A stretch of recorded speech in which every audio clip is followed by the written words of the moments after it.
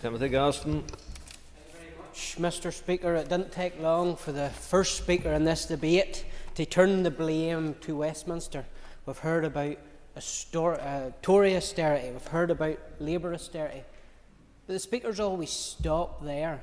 They don't go on and say, but when Stormont, the executive, sets their budget, that's now a Maid and Stormont austerity, owned by Sinn Féin, the DUP, the Alliance and the Ulster Unionists. And yes, they might sit outside the camp and somewhat the yearning of the SDLP, who crave for the day when they return to that executive table.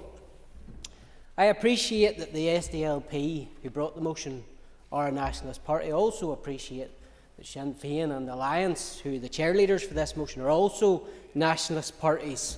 And in that regard, I understand this motion. It fits their long-standing desire to dilute the bonds which bind the United Kingdom together. But there's a fundamental contradiction here. If the SDLP were serious about being the opposition, we hear about them, the constructive opposition, but always keep the gloves on, they would recognise that Stormont is fundamentally dysfunctional. Devolving more sensitive fiscal powers to an Assembly which is up and down more times than a yo-yo is not in Northern Ireland's interests. So, let's be clear what is at stake.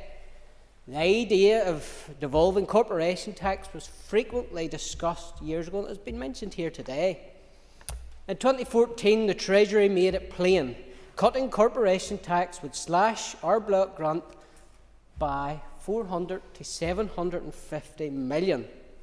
That would devastate our public services, which are already under significant pressure. More recently, we debated the Ulster Unionist motion calling for an Irish Sea VAT border in this House. I was amazed to be the only unionist to voice any opposition in that debate. But beyond that, under the protocol, control over VAT and goods has already shifted to Brussels. Goods moving between Northern Ireland and Great Britain are now treated as exports and imports, complete with extra documentation because we are subject to EU VAT rules, not British ones. Far from wanting control of those powers, the SDLP were happy to give them away to Brussels. Supporters of the motion need to answer this. If Stormont takes control of more fiscal powers, who will pay for the inevitable shortfall in the funding of our health system, on our roads and in our schools? It wouldn't be a Gaston speech without a Professor Hotham quote. The Hotham Commission, considering corporation tax for Wales, rejected it because it would introduce substantial unwelcome volatility into their budget. My goodness, Stormont would do well to reflect on that advice before dragging Northern Ireland further into greater instability. I do fully support Northern Ireland getting funded to the level of need, but when it comes to fiscal powers, my goodness, it's a no from me now, and it's a no forever. We heard the member talk about food banks and they didn't exist 20 years ago. When Stormont has been here, this wonderful place that will sort all the issues, what has Stormont done about it? What has Stormont delivered to need people not to go to food banks? You're going to say, oh, but if we had greater fiscal powers, we could do this, that and the other fantasy stuff. Stormont has been here, Stormont hasn't delivered.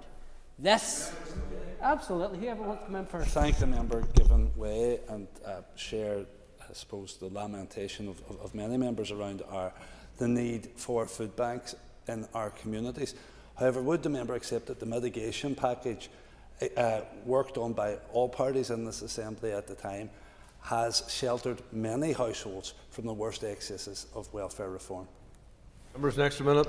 Member for his contribution, but in doing so, you're taking money from one department to put to another. Yes, there's some good mitigations there, but you've got to also look at where has the money come from to fund that. So, when we all talk about how great Stormont is and we need to protect it, and we need more powers in this place because it will solve everything, this place has been up and running and it hasn't delivered. So this mess needs to be owned by the executive parties who all sit round that table. Thank you, Mr. Speaker.